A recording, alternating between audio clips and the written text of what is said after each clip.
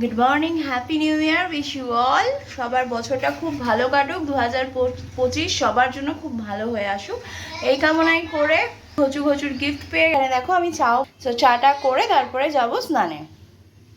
আসা প্যাক করা সব থেকে কষ্টকর জিনিস, যেগুলো ইউজ হয়নি আলমারিতে তুলে দিলাম, যেগুলো ইউজ হয়েছে সেগুলো এখন কাচার জন্য রাখলাম কেচে, তারপরে আবার জায়গায় রাখতে হবে। যেগুলো কাজ ছিল সেগুলো তো করে দিয়েছি, জামা কাপড় নিয়ে তুলে দিয়েছি, কিছু জামা কাপড় কেচেও দিয়েছি। নিচে তোমাদের দাদা ভাইয়ের জন্য একটু রেখেছি, খাবে, নিচে আছে আসুক। আর আমি বানাতে এবার তেলটা দেবো, তারপরে বেসনের বড়াগুলো দেবো।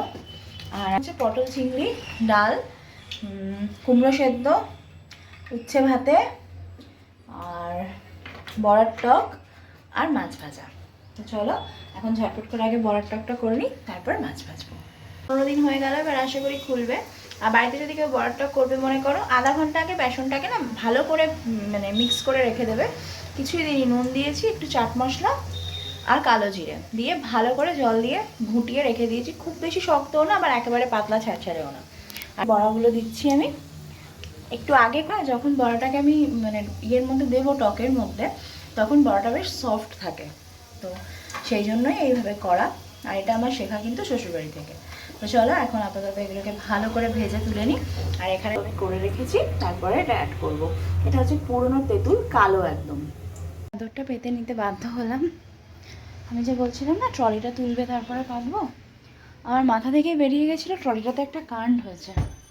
সেই কারেন্টটা হচ্ছে ট্রলির যে পাসওয়ার্ড, সেটা জানি না কীভাবে চেঞ্জ হয়েছে, বাট ও বাড়িতে গিয়ে পরে ট্রলি কিছুতে খুলছে না। যত ধরনের পাসওয়ার্ড আমরা দিতে পারি সব রকমের পাসওয়ার্ড দেওয়া হয়ে গেছে, কিন্তু ট্রলি ওপেন হচ্ছে না। তারপরে বাধ্য হয়ে প্লাসে করে ও চেনগুলো কেটে দিল, কেন মেয়ে তখন আর পারছে না, ওকে জামা কাপড় ছাড়াতে হবে, সব কিছুই ট্রলিতে রয়েছে, তো সেই জন্য কেটে দেওয়া হয়েছে। তো ও বললে একেবারে সারিয়ে এনে ঢোকাবো, নাহলে একবার ঢুকে গেলে আর সারানো হবে না, তখন আবার কোথাও যাওয়ার সময় অসুবিধা হবে। তো ওই জন্য আমি বিছানার চাদর টাদর সব পেতে নিলাম, দিয়ে এবার বিছানাটা একটু গুছিয়ে নিই। এখন অবধি আমার মেয়ে কমফোর্টারটাই গায়ে দিচ্ছে। ওর আগাগোড়াই না উলের জিনিস, মানে এই ধরনের জিনিস গায়ে দেওয়াতে একটু অ্যালার্জি, তো যাই হোক এবছর তো এটাই গায়ে দিচ্ছে। ইভেন ওখানে গিয়েও যে ছোটো ছোটো কম্বলগুলো হয় ওগুলো দিয়েছিল গায়ে দিতে ওকে, সেও ফেলে দিচ্ছে, ওর নাকি গা কুটকুট করে, এই করে ওই করে। আমি এখনও বিছানা পেতে রাখলাম, খেয়ে দিয়ে এসেই ঘুমাবো। এক জায়গা থেকে এসে এত কাজ করা হয় তো বেশ টায়ার্ড ফিল হয়, একটু ঘুমলে ফ্রেশ হয়ে যাবো, তারপরে বিকেলবেলা একটু বেরোবো। কোথায় আর বেরোবো, কোথাও নেই আমাদেরকেও যাওয়ার জায়গা, রাস্তাঘাটেই ঘুরবো।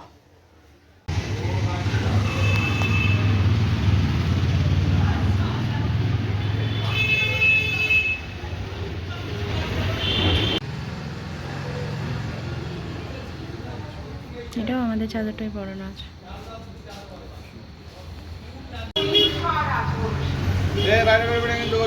মামা এখানে থাকো, যায় না।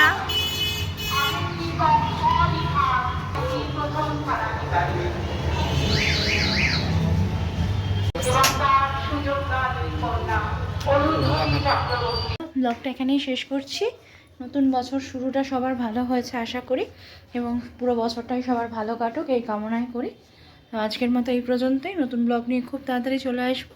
ততক্ষণের জন্য সবাই খুব ভালো থেকো, সুস্থ থেকো, সর্বোপরি সাবধানে থেকো। Good night.